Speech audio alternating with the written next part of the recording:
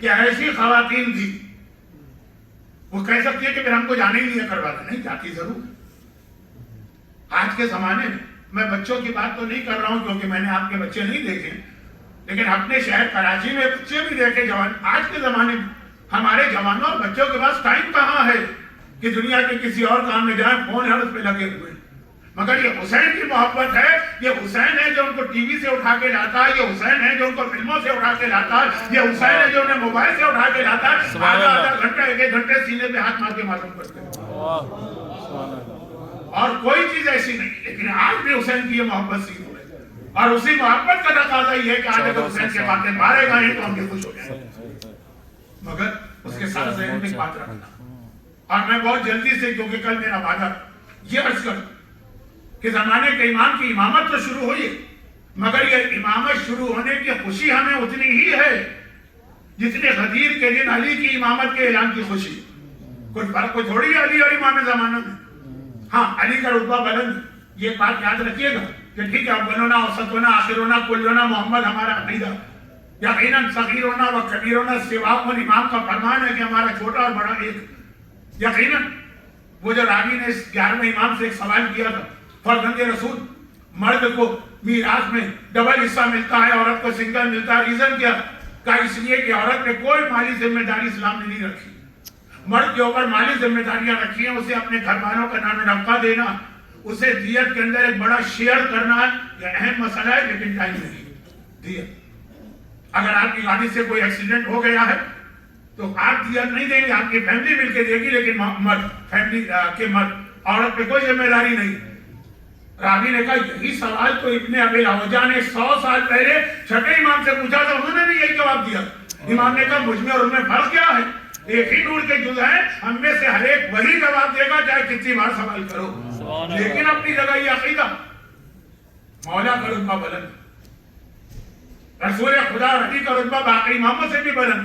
الحسن والحسین سیدہ شباب اہل الجنہ و ابوہما خیر منہما۔ حسن و حسین جوانان جنت کے سردار ہیں، مگر ان کا بابا ان سے بہتر۔ اور امام زمانہ کے حوالے سے اس کی بہت ڈیٹیل بھی ہے۔ اسی سے اندازہ کریں کہ لفظ امیر المومنین، ہر امام امیر المومنین ہونا چاہیے، کہ نہیں صرف علی ہے۔ زیارت امیر اللہ آپ پڑھتے ہیں نا، اس میں خاص نوٹ نہیں لکھا کہ اگر یہ زیارت نجف میں پڑھو تو کہو السلام علیکہ یا امین اللہ فی ارض، اور اگر کسی اور امام کربلا حسین کے روضے بھی پڑھو تو یہ لفظ امیر المومنین بدل دے گا۔ یہ ٹائٹل صرف علی کے لیے ہے، کسی اور امام کے لیے بھی نہیں ہے، خیروں کو تو چھوڑ۔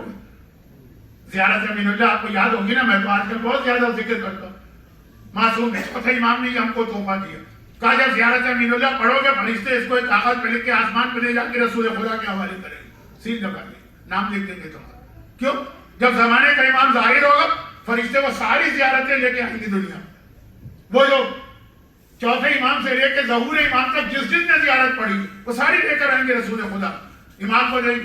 فرزند رسول، یہ آپ کے جج نے یہ آپ کو زیارت امین اللہ بھجوائی، کیوں؟ جس نے یہ زیارت پڑھی ہے رسول نے کہا میرے فرزند دنیا میں وہ کہیں بھی ہے اس کو بلاؤ، وہ تمہارے لشکر میں شامل ہوگا، اور اگر مر چکا ہے تو اس کو زندہ کر کے لاؤ۔ اب یہاں پہ وہ جملہ آ گیا جس کے لیے میں نے اتنی بات کی، زیارت امین اللہ کا یہ جو میں نے انٹروڈکشن کرایا، خود جا کے کتاب میں پڑھیے گا، مفاتیح الجنان میں زیارت امین اللہ جہاں ختم ہوتی ہے اس کے نیچے چوتھے امام کی یہی حدیث ہے۔ یہ زیارت آسمان میں رسول خدا کے حوالے کی جاتی ہے، کیونکہ رسول کا سب سے اہم لقب ہے صادق اور امین، اور اس لیے دی جاتی ہے کہ جب ظہور امام ہوگا تو امام کی فوج میں لوگوں کو شامل کیا جائے گا، یہ دیکھ کر کہ زیارت امین اللہ پڑھی تھی زندگی میں کہ نہیں پڑھی تھی، لیکن جو مر چکے۔ اب یہاں پہ ہمارے پاس 8ویں امام کی ایک بہت اہم حدیث آتی ہے، بہت دل چاہ رہا تھا یہ سارا واقعہ تفصیل سے پڑھوں، لیکن آپ میری مجبوری دیکھ رہے ہیں، لیکن دل میں کہہ بھی دیا ہوں کہ مولانا مجبوری میں کہہ رہے ہیں، کھینچے جا رہے ہیں، کیا کروں اتنا مختصر کر کے بھی یہ چند باتیں ضروری پہنچانا۔ حبابہ کا واقعہ، حبابہ بہت مشہور واقعہ، بہت اہم واقعہ۔ جب یہ مولا کی خدمت میں آئی تھی، اور رشید حجری کی روایت ہے، رشید حجری، حبیب ابن مظاہر، میثم تمام تینوں کلاس فیلر سے علی ان کو الگ سے بٹھا کے ان میں غیب سکھاتے ہیں۔ میثم کا واقعہ تو سنا ہے کہ ان کو سولی دے دی، اور اس میں غلط بات، غلط تو نہیں، ایک مسٹیک ہو جاتی ہے ان کے واقعے میں، لیکن وہ کوئی ایسا عقیدے کا مسئلہ تو ہے نہیں، تاریخی واقعہ، الفاظ ادھر سے ادھر ہو جائیں تو کیا حالت ہے؟ وہ میثم دمار کے بارے میں پڑھا جاتا ہے، ان کی زبان کاٹ لی گئی، غلط۔ میں کوئی نیا ایشو نہیں بنانا چاہتا، اسی لیے میں کہہ رہا ہوں کہ اتنا امپورٹنٹ مسئلہ نہیں۔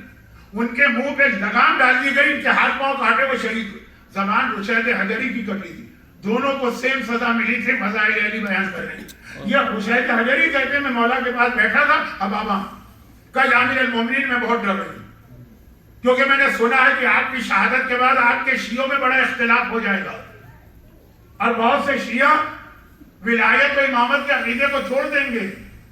پھر ہوا نا جب امام حسن نے صلح نامے پہ دستخط کیے، کتنے شیعہ امام کو چھوڑ کے چلے۔ میرا اندازہ ہے کہ مختار نامے کی جو سیریل بنائی ہے ایران میں، شاید اس میں یہ ہو، میں نے کبھی دیکھا نہیں۔ تو مولا میں بہت ڈرتی ہوں کہ کہیں میں امت میں شامل نہیں ہوں جو آپ کی زندگی میں تو آپ کو مانتے ہیں، آپ کے بعد آپ کو چھوڑ دیں گے۔ تو مولا کوئی کیوں چھوڑ دیں گے؟ دھوکہ کھا جائیں گے، کسی اور کو امام سمجھیں گے، کوئی ایسی دلیل، کوئی ایسی نشانی دے دیجیے کہ میں سچے امام کو پہچانوں۔ مشہور واقعہ، مولا نے پتھر اٹھایا، اس پر اپنی مہر لگائی، کہا یہ لے جاؤ، جو اب امامت کا دعویٰ کرے وہ اس پر میری طرح سے مہر لگائے گا، وہ سچا امام ہوگا۔ اب کاش مولا میں آپ کی زندگی ہی میں مر جاؤں، تاکہ وہ جو لوگوں کا عقیدہ بعد میں تباہ ہو رہا ہے میں اس میں نہ جاؤں۔ رزق ہے نا۔ مولا نے کہا نہیں، اللہ تمہیں بہت لمبی عمر دے گا، اور تم ان عورتوں میں شامل ہو کہ جب میرا بیٹا آخری امام آئے گا تو تمہیں زندہ کر کے اس کے فوج میں شامل کیا جائے۔ یہ حبابہ سے مولا نے کہا، یا امیر المومنین کتنی لمبی عمر ملے گی؟ کہا تم میرے 8ویں بیٹے تک زندہ رہو گی، پھر اس کے زمانے میں دنیا سے جاؤ گی۔ پورا واقعہ چلتا، پھر کہا امام حسن سے، امام حسین سے، چوتھے، پانچویں، چھٹے، ساتویں، 8ویں تک پہنچ گئی، اور ہر امام کے پاس جاتی تھی۔ مشہور واقعہ، لیکن جو کہ اس کا وہ جملہ جس کا میں نے کل رات وعدہ بھی کیا تھا اور آج میرے موضوع میں بھی، پھر یار امام کے پاس پہنچ، ہر امام کے پاس گئی، دلیل لی، مہر لگوائی، سب کچھ، 8ویں کے پاس گئی، لیکن 8ویں کا چہرہ دیکھتے ہی ہنسنے لگی۔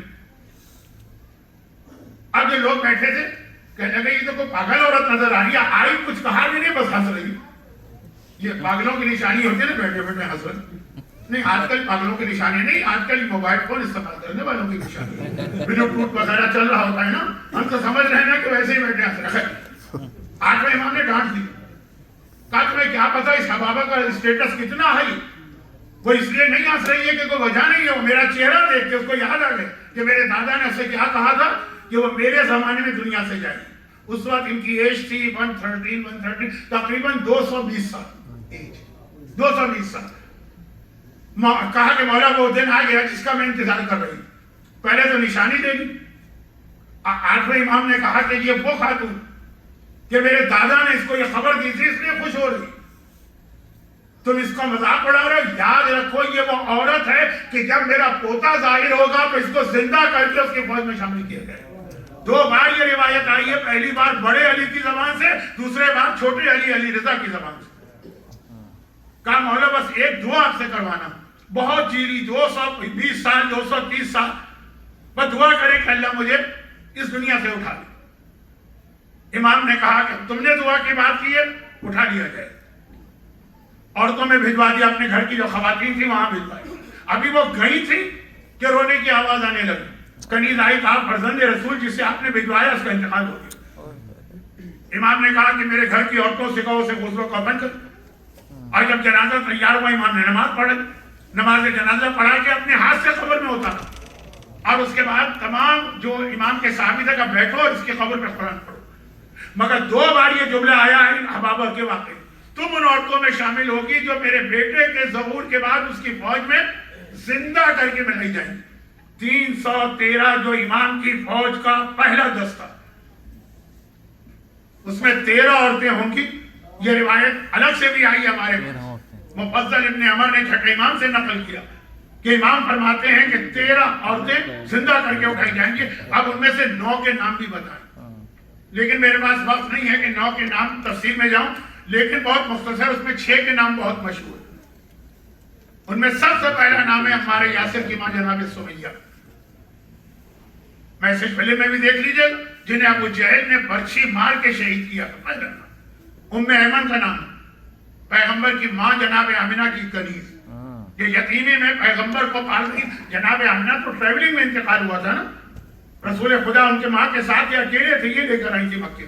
اس میں تیسرا نام ہے ام خالد کا، وہ جو چھٹے امام سے شراب کا مسئلہ پوچھنے گئی تھی اور گورنر مدینہ نے محبت اہل بیت کے جرم میں ان کا ہاتھ کاٹا۔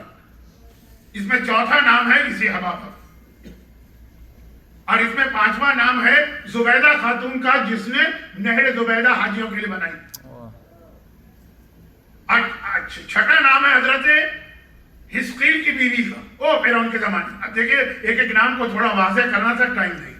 تو 13 عورتیں امام زمانہ کی فوج میں آئیں گی، 313 والی فوج میں 10,000 میں تو کتنی ساری ہوں۔ اب دوسرا وعدہ پورا نہیں ہوگا کہ عورتوں کو تو امام کی فوج میں شامل کیا جائے، جنت میں عورتوں کو کیا ملے گا؟ مردوں کو تو حور ملے گی، تو ذرا انتظار کر لیجیے، ابھی کچھ اور وقت ہے آپ کے پاس، انشاءاللہ اس کا بھی جواب آ جائے گا پھر۔ تو اب یہ امام زمانہ کی فوج میں اس ٹائپ کے مومنین چاہیے جو اتنا امام سے محبت کرتے اور اس طرح امام کے لیے تیار ہو کے بیٹھتے۔ یہ نہیں ہے کہ اچانک وقت پڑا تو چلے جائیں گے، وہاں جا کے پتہ چلا ارے امام کے لشکر میں تو نمازیں پڑھنا پڑے، امام کے لشکر میں تو حرام چھوڑنا پڑے۔ اور بس ایک آخری بات سن کے آ جائیے، عید الزہرا کی دوسری مناسبت، اور وہ یہ ہے کہ آج ہمیں امام زمانہ کی امامت میں پہلا دن مل رہا۔ باقی 11 کے 11 ہمارے امام ہیں، لیکن قیامت کے دن آپ اپنے امام زمانہ کے ساتھ اٹھائے جائیں گے، کیونکہ قرآن نے کہا یوم ندعو کل اناس بامامہم، قیامت میں ہر شخص اپنے زمانے کے امام کے ساتھ آئے۔ آپ 11 اماموں کی معرفت حاصل کر لیں، امام زمانے کی معرفت حاصل نہیں کی، مات میتۃ الجاہلیہ، موت جاہلیت کی موت، جاہلیت کی موت، جو ابو جہل کی تھی، جو ابو لہب کی تھی، جو ولید اور عتبہ اور شیبہ کی تھی۔ تو اب امام زمانہ سے ہمارا بہت گہرا تعلق آج کی رات کو ہم کو ملے، جتنا شکر ادا کرے کم۔ رسول خدا سے لوگوں نے جا کے کہا کہ یا رسول، جابر ابن عبداللہ کی روایت، وقت نہیں آپ دیکھ رہے ہیں میں ذرا الجھا ہوں، یا رسول اللہ آپ تو سید کائنات ہیں، ہمارے یہاں کبھی منبر سے کبھی شاعری ایسے عقیدے آپ کو دیے جاتے ہیں کہ تھوڑا بہت عبادت کا جذبہ ہے وہ بھی ختم ہو گیا، ہمیں کیا پرواہ ہے، علی ہیں ہمارے۔ بعض لوگ تو اس طرح فرشتوں کو قبر میں بیٹھ کے ڈانٹتے ہیں کہ فرشتے ان کے نوکروں سے بھی بدتر ہیں، دیکھا نہیں ہے اس نے فرشتہ، جب دیکھے گا تو پتہ چلے گا۔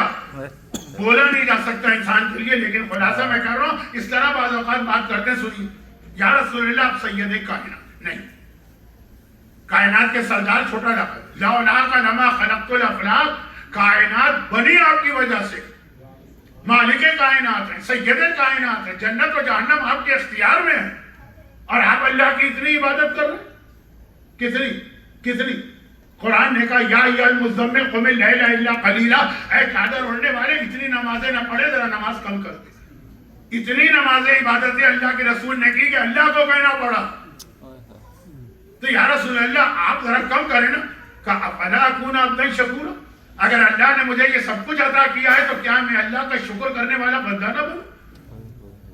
ہمیں امام زمانہ ملا تو ہمیں اور شکر ادا کرنا چاہیے، عام دنیا کے مقابلے میں ہمیں اور زیادہ اللہ کے بارگاہ میں جھکنا چاہیے اور اس کی اطاعت کرنی چاہیے۔ خدا بندہ تیرا احسان، جب ساری دنیا نے ان کو چھوڑا ہے تو نے ہمیں نعمت ہدایت اور نعمت امامت دی۔ یہ جنت البقیع کی زیارت کا ترجمہ میں نے پڑھا۔ خدا بندہ شکر ہے تیرا کہ تو نے مجھے بقیع میں آ کر ان ائمہ کی زیارت عطا کی ہے، تب جب دنیا والوں نے ان سے منہ موڑا، واستکبروا عنہا اور ان کا مذاق اڑائے، تو اور شکر کرنا چاہیے۔ ہمارے یہاں جھوٹی حدیث ہے، یہ لفظ میں بہت کم استعمال کرتا ہوں، لیکن آج کل یہ حدیث بہت پڑھی جا رہی ہے۔ اندازہ ہے میرا کہ مسجد علی ابھی تک اس سے پروٹیکٹڈ ہے، اندازہ ہے، لیکن جس طرح میں دیکھ رہا ہوں ہر بچہ کچا ممبر پہ جا کے یہ حدیث پڑھ رہا، میں کمزور حدیث نہیں کہہ رہا ہوں، جھوٹی حدیث کہہ رہا ہوں۔ ایک ہوتی ہے معتبر حدیث، ایک ہوتی ہے طاقتور حدیث، ایک ہوتی ہے صحیح حدیث، یہ کیٹیگری، ایک ہوتی ہے ضعیف حدیث، ویک حدیث، وہ بھی قابل قبول ہے کچھ چیزوں میں، بلکہ بہت ساری چیزوں میں۔ ایک ہے کہ جھوٹی حدیث، فیبریکیٹڈ حدیث، اٹھا کے پھینکنا ہے ردی کی ٹوکری میں، لیکن پڑھی جا رہی۔ اور وہ کیا حدیث ہے کہ عید الزہرا 11ویں امام نے منائی چلے یہ تو کوئی اس میں کوئی تعجب نہیں ہو، منائی ہو، وہ حدیث بہت لمبی ہے، بہار الانوار کی والیوم 51 میں ہے، مگر اس کا مطلب یہ نہیں ہے کہ حدیث صحیح ہے. میں نے کہا کمزور کا لفظ بھی مراجع نے استعمال نہیں کیا، جھوٹی حدیث. وہ حدیث کیا؟ پہلے یہ حدیث توبۃ العوام میں چھپتی بھی تھی، اب وہاں سے نکال دی گئی ہے کیونکہ پتہ ہے کہ جھوٹی حدیث. توبۃ العوام ایک کتاب کا نام ہے جو اردو جاننے والے پاکستان انڈیا کے لوگ جانتے ہیں، اس میں بھی حدیث تھی پہلے. وہ حدیث کیا ہے کہ راوی نے پوچھا 11ویں امام کے وکیل احمد ابن اسحاق سے نبی ربیع الاول، میں آ گیا اپنے اختتام پر، نبی ربیع الاول کہا کہ میں تو گیا تھا پچھلے سال 11ویں امام کے گھر میں تو وہ بھی خوشی منا رہے تھے. وہ تو صحیح، ہر امام خوشی مناتا تھا، لیکن حدیث ابھی آگے چل گئی. اور 11ویں نے کہا کہ میرے بابا 10ویں نے مجھے بتایا کہ یہ عید تو رسول خدا نے بھی منائی ہے. کوئی حرج نہیں، منائی ہو، کیونکہ حسین کا ماتم بھی رسول نے کربلا سے پہلے کیا اور قاتلان حسین کے مرنے پہ خوشی بھی منائی ہو. اب دیکھیں جب کوئی جھوٹی چیز بنائی جاتی ہے اس میں بہت سی سچی چیزیں ملانا پڑتی ہیں تاکہ جو ان کے بیچ میں زہر ڈالا جا رہا ہے نا وہ لوگ نظر انداز کر دیں. اب وہ بیچ میں کیا زہر کہ اس کے بعد کہتے ہیں کہ مولا کے زمانے میں ایک راوی نے ان سے پوچھا، ایک ہی حدیث چل رہی، ایک ہی، یا امیر المومنین آج آپ بہت کچھ نظر آ رہے ہیں، کہا آج 9 ربیع الاول، آج ہمارے خاندان کے ظالموں سے انتقام لیا جائے. اب پھر وہ جملہ آ جاتا ہے کہ جو بالکل غلط ہے، اور اگر کوئی سیریسلی اس کو مان لے تو شاید وہ دائرہ اسلام سے بھی نکل جائے گا. اس جملے کا مطلب ہے تمام انبیاء کی محنتیں غلط ہیں، تمام ائمہ. اور وہ یہ ہے کہ یہ اتنی بڑی خوشی، اب دیکھیں ابھی تک بالکل صحیح بات چل رہی.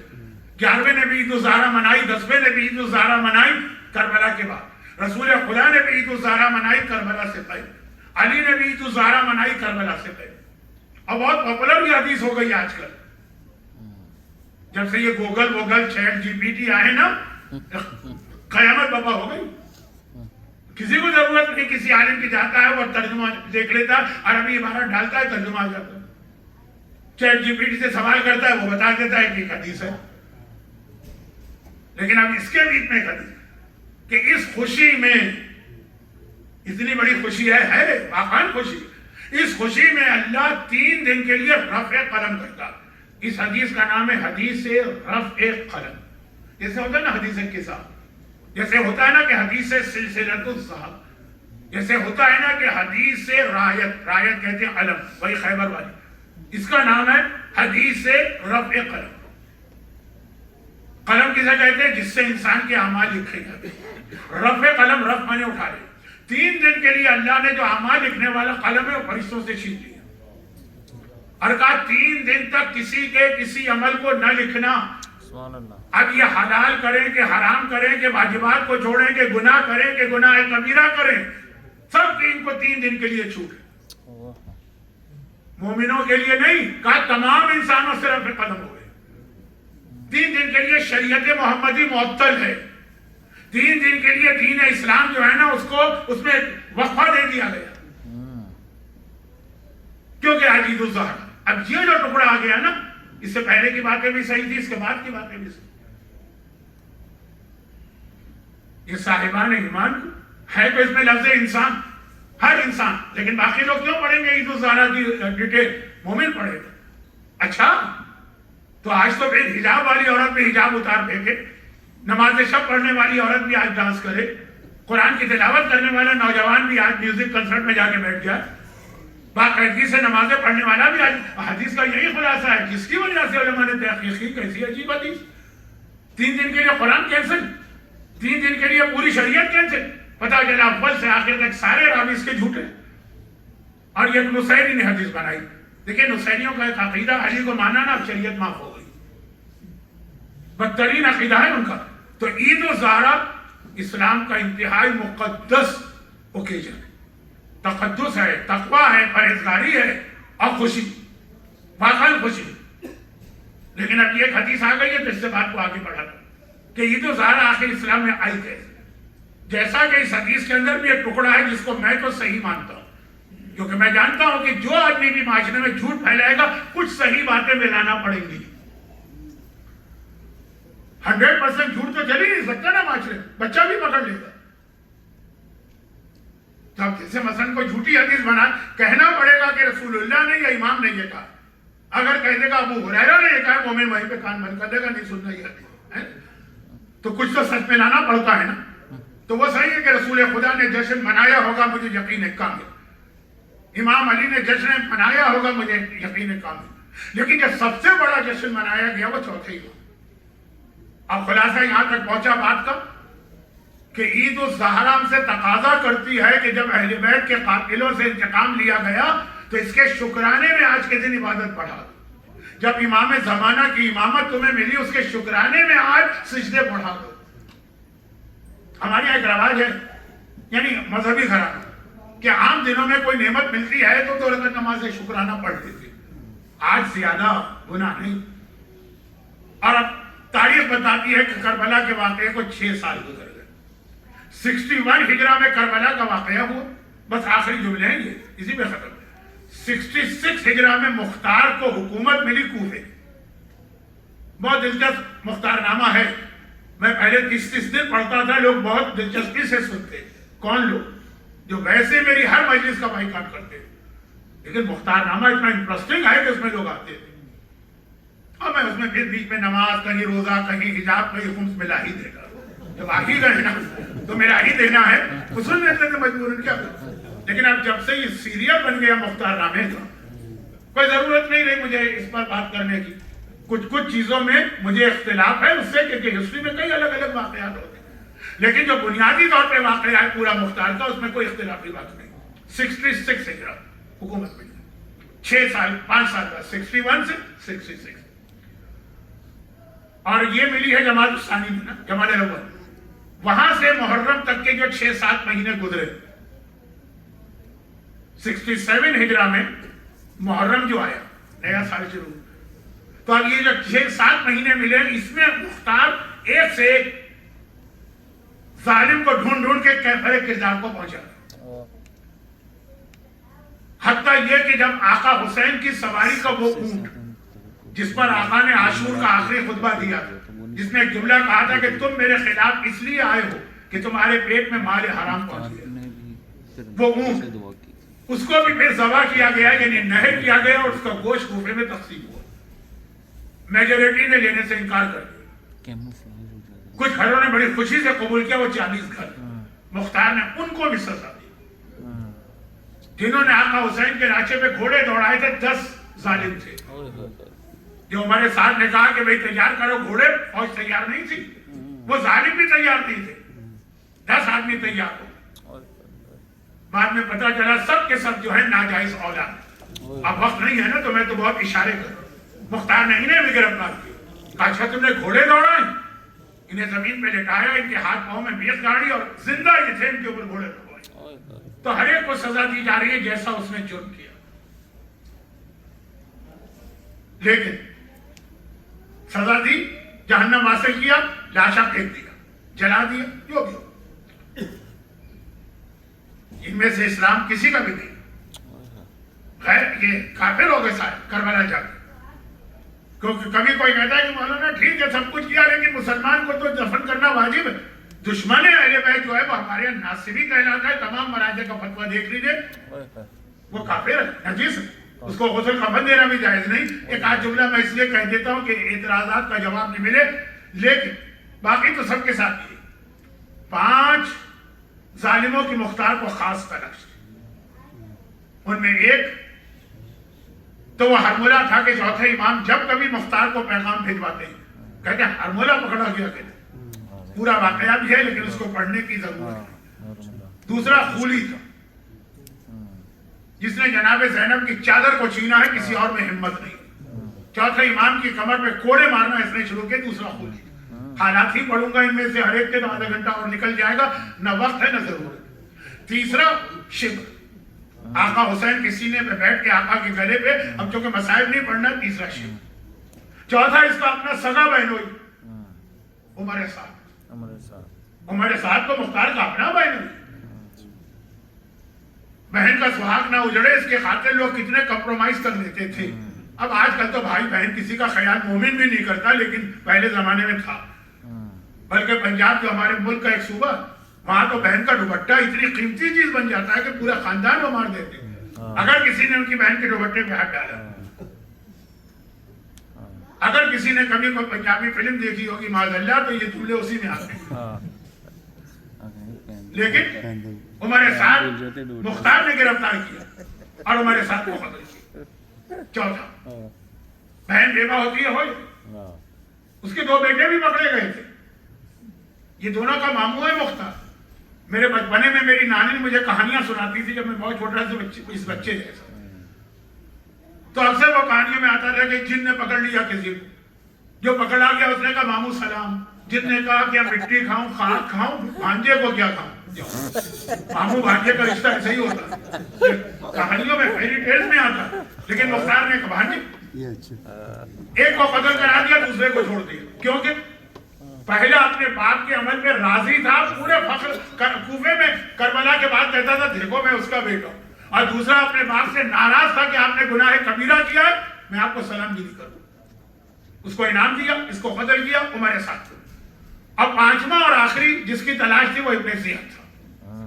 اچھا اب یہ جو باقی 4 اب تک ہیں ان کو قتل کرتے رہے ایک دن میں نہیں الگ الگ. کوئی 1 مہینے پکڑا گیا کوئی دوسرے مہینے ان کے لاشیں پھینکوا دیے. سر کو جو تھا وہ محفوظ کر لیا 4 سر آ گئے. پھر پانچواں ابن زیاد چونکہ یزید نے ابن زیاد کو کوفے سے ٹرانسفر کر دیا بصرے کا گورنر بنا دیا تو مالک اشتر کے بیٹے ابراہیم کو بلایا اور کہا کہ تم تو ابراہیم تو تھے ان کے ساتھ. یہاں بھی عورت کا رول بہت اہم ہے. خواتین سنیں جب 11 محرم کا قافلہ سیدانیوں کا کوفہ پہنچا نا تو ساری عورتیں چھت پہ بیٹھی تماشا دیکھ رہی. ایک عورت نے جھک کے جناب زینب سے کہا شہزادی یہ جو منظر میں نے دیکھا میں کبھی بھول نہیں پاؤں گی اور میری قسم میں خدا سے قسم کھاتی ہوں کہ اس کا انتقام لوں. یہ مالک اشتر کی بیٹی تھی ان کا بھائی تھا ابراہیم. بھائی کو تیار کیا کہ تمہیں انتقام لینا. عورتوں کا رول اپنی جگہ بہت اہم ہے. ٹائم نہیں ہے میرے پاس اور میں یہ سوچ رہا ہوں کہ کتنا میں جھوٹا بن رہا ہوں. ٹائم نہیں ہے کہہ کر بھی لیکن میں بالکل آخری مدد کہا ابراہیم کو بلایا مالک اشتر کے بیٹے نے کہا کہ ابن زیاد گورنر ابھی بھی اسٹل گورنر ہے بصرے کا. کوفہ تو میرے ہاتھ میں طاقتور ہے فوج ہے اس کی. تم مالک اشتر جیسے بہادر کے بہادر بیٹے تم جاؤ ابن زیاد کے لیے. ادھر ابن زیاد کو پتا چلا فوج حملہ کرنے آ رہی. وہ بھی فوج لے کے آئے. یہ باقی جو 4 تھے یہ تو الگ الگ لوگ تھے صرف اپنے خاندان کے ساتھ رہے تھے. وہ تو فوج لے کے آئے اور موصل کے قریب دریائے فرات کے کنارے دونوں لشکر ٹکرائے. زبردست جنگ. اب یہ دیکھیں یہ جو میں نے 2 آیتیں اور تلاوت کی تھی نا اس کا ترجمہ بھی جلدی سے کر. لا تحسبن اللہ غافلا عما یعمل الظالمون. دیکھو خبردار مومنوں سے کہا جا اللہ کو غافل نہ سمجھنا جو ظالم ظلم کر رہے ہیں. سب دیکھ رہا ہے اللہ. وَسَيَعْلَمُ الَّذِينَ ظَلَمُوا أَيَّ مُنقَلِبٍ يَنقَلِبُونَ. ان قریب ان ظالموں کو پتہ چلے گا کہ کیسی چینج آ رہی. اب دیکھیے ابن زیاد کی فوج اور ابراہیم کی فوج ٹکرائی. کہاں ٹکرائی؟ موصل کے قریب لیکن دریائے فرات. فرات کا دریا تو وہ سیریا سے نکلتا ہے نا. وہاں سے نکل کے شاید ترکی سے نکلتا ہو وہاں سے نکل کے سیریا میں آتا ہے. سیریا سے عراق میں آتا ہے. کربلا سے ہوتا ہوا جا کے پھر وہ گلف میں گر جاتا ہے. تو دریا وہی فرات. اور تاریخ وہی عاشورے کی تھی 10 محرم 67. اس دن ابن زیاد واصل جہنم ہوا. جنگ تو بڑی چلی 3 4 5 دن. آخری دن 10 محرم کو ابن زیاد مارا. 10 محرم 61 ہجری کو جس نے حسین کو شہید کرایا وہی ظالم 10 محرم 67 ہجری کو اسی تاریخ کو مارا گیا. حسین کو فرات کے کنارے شہید کرایا خود بھی فرات کے کنارے واصل جہنم. لیکن اتنے سارے لوگ مارے گئے. ابراہیم کی فوج بڑی جذبے سے لڑ رہی. حسین کی محبت میں لڑ رہی. اتنے لوگ مارے گئے ابن زیاد کی فوج کے. ابن زیاد کا لاشا نہیں مل رہا. لاشوں میں لاشیں گرے ہوئے میں لاشا ڈھونڈنا مشکل. خوشبو سے یہ لاشا ملا. کیسی خوشبو؟ جب 11 محرم کو ابن زیاد کے دربار میں حسین کا کٹا سر گیا تھا تو اس نے وہ کٹا سر اٹھایا تھا اپنے ہاتھ میں. اس سے خون کا قطرہ اس کی ران پہ گرا اور ایسا السر یا ناسور پیدا ہوا کہ اس میں اتنی بدبو آتی تھی کہ خود ابن زیاد برداشت نہیں کر پاتا. ایک اسپیشل خوشبو بہت اسٹرانگ قسم کی استعمال کرتا. اس خوشبو کی مدد سے پہچانا گیا کہ 15-20 لاشوں کے نیچے اس کا لاشا دبا. چنانچہ ابراہیم نے یہ سر بھی کاٹا اور ابن مختار کو بھجوایا. باقی جتنے دشمن ہیں مارے جاتے ہیں یا لاشیں جلا دیا یا پھینک دیا. یہ 4 لاشیں 4 کٹے سر اس نے جمع کر کے رکھے. ہوتا ہے نا پھر اس کو پریزرو کرنے کے طریقے ہوتے ہیں میتوں کو. اب یہ 10 محرم 67 ہجرہ کو موصل کے قریب مارا گیا ابن زیاد. اس کا سر بھجوایا گیا. کوفہ پہنچنے میں ٹائم لگا. اور اب 10 محرم کے بعد پھر 10 صفر آ گئی اگلا مہینہ. پھر آ گئی 10 ربیع الاول نہیں 9 ربیع الاول. 2 مہینے میں 1 دن کا. آقا سجاد کا طریقہ یہ ہے کہ روز آنا. اب یہاں 2 روایتیں ہیں تو اس سے فرق نہیں پڑتا. ایک میں ہے کہ آقا سجاد مدینے میں تھے. ایک میں ہے کہ نہیں ہر سال وہ حج پر آتے تھے نا. تو وہ حج پر مکے آئے تھے. اس دفعہ انہوں نے اپنا اسٹے بڑھا دیا 2 مہینے. مکے والی روایت مجھے زیادہ صحیح لگتی ہے لیکن اگر کہیں مدینہ بھی سنا ہے تو حرج نہیں. آقا سجاد کا طریقہ تھا روز آنا فجر کے بعد حرم سے عبادت کر کے آتے ہیں. اپنے گھر کے اندر دروازہ کھول کے بیٹھتے ہیں. پورے مکے والوں کو بلاتے ہیں. یہ پوری زندگی 35 سال آقا کا مدینے میں طریقہ رہا ہے. 35 سال پورے شہر کے ناشتے کا اور پورے شہر کے رات کے کھانے کا انتظام کرتے ہیں. لیکن یہ کبھی چوتھے امام کے حالات مجھ سے سنیے گا. اس میں بھی بہت باتیں کہنے کو وہاں تفصیلات. تو آج بھی امام کا گھر کھلا ہے. صبح کا وقت ہے. سفرہ بچھا ہے. ناشتے کا انتظام کیا جا رہا ہے. لوگ آ کے بیٹھے کہ اتنے میں ایک نیا آدمی داخل ہوا مولا کے اس کمرے کھلا ہوا ہے. لیکن وہ آنے والا یونیفارم میں. اس زمانے میں یہ پوسٹ مین میسنجر یا کوریئر والے خاص یونیفارم پہنتے تھے. آج بھی پہنتے ہوں. اس کا لباس بتا رہا ہے کہ یہ امام کے دسترخوان پہ بیٹھے نہیں آئے. کسی کی طرف سے پیغام لے کے آئے.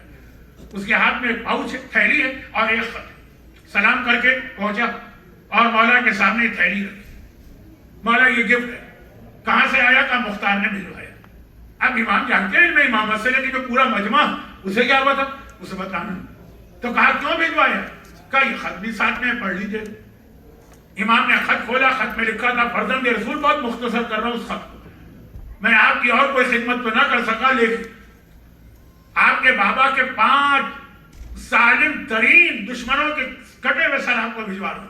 یا یہ سر الگ الگ تاریخوں میں کاٹے گئے تھے جب سب جمع ہو. اس تھیلی کے اندر ابن زیاد کا سر ہے. عمر سعد کا سر ہے. شبر کا سر ہے. حرملہ کا سر ہے. خولی کا سر.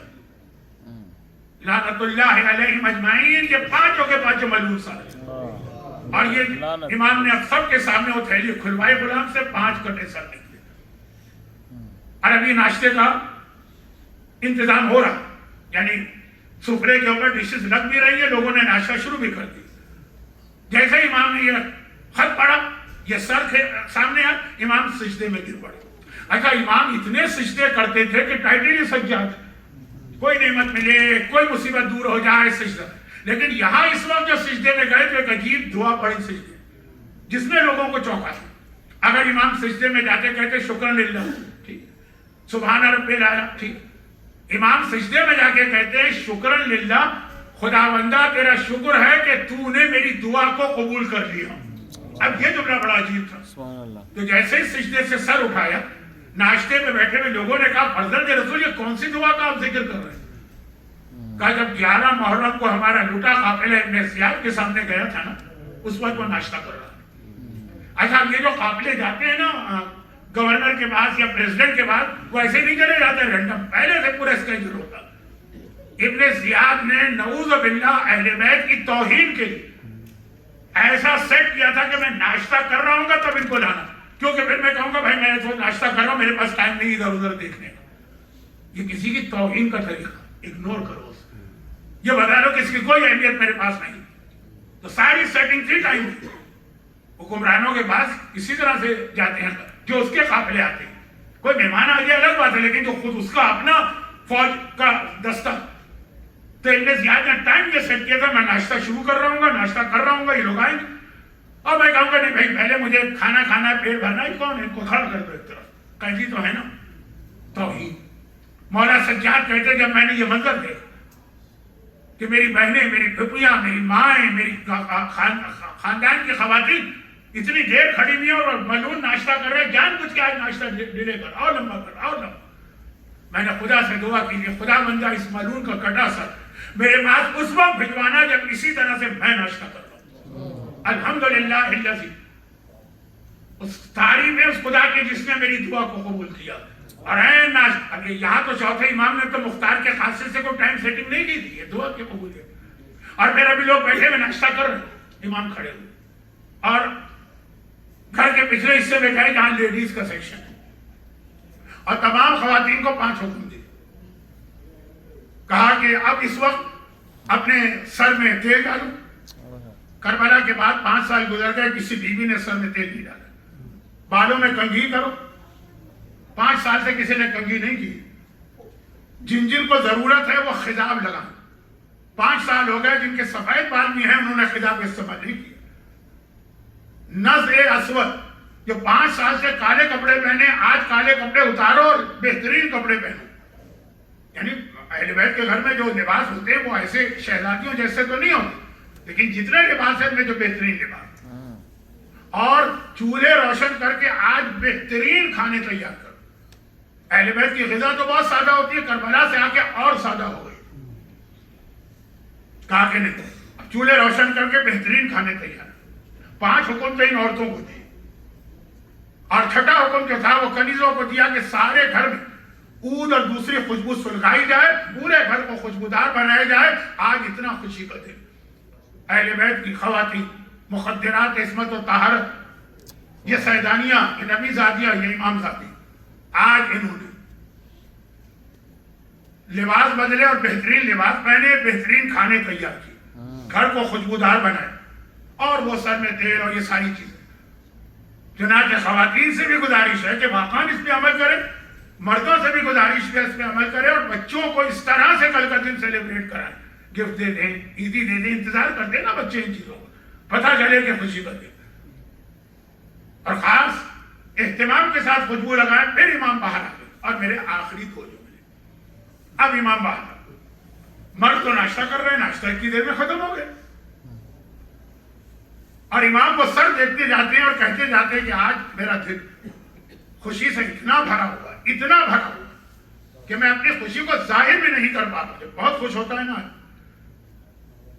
اچھا، جتنے لوگ آئے ہوئے تھے وہ سارے کے سارے تو امام کے ماننے والے نہیں تھے، دسترخوان کھلا، لوگ آ ہی جاتے۔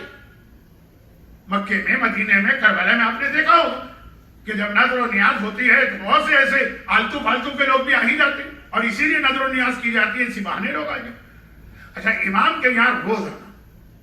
خواتین سے گزارش ہے کہ مجھ سے ایک سوال نہ کریں، ویسے تو میں کسی سے کانٹیکٹ میں نہیں، وہ سوال ابھی بتا دوں۔ امام کے یہاں ناشتے کا اختتام ہوتا ہے ڈیزرٹ پر، اور ایک بہترین میٹھا، بہترین ڈیزرٹ امام کے گھر سے تیار ہو کے آتی ہے کہ ایسی عرب میں آج تک کسی نے نہیں کھائی۔ تو بہت سے لوگ تو خالی اسی ڈیزرٹ کے لیے آتے تھے، آج ڈیزرٹ نہیں آئی۔ اب جو لوگ امام کے چاہنے والے ہیں وہ تو امام کی خوشی میں خوش ہیں نا، لیکن جو آئے تھے اس ڈیزرٹ کے لالچ میں، 5 منٹ گزر گئے، 10 منٹ گزر گئے، کہیں سے کوئی آثار ہی نہیں۔ آخر کسی نے ہمت کر کے کہا، فرزند رسول وہ میٹھا کہاں ہے؟ اتنا اچھا میٹھا کہ اس کے چکر میں بہت سے لوگ آتے ہیں، ناشتہ بھی نہیں کرنا۔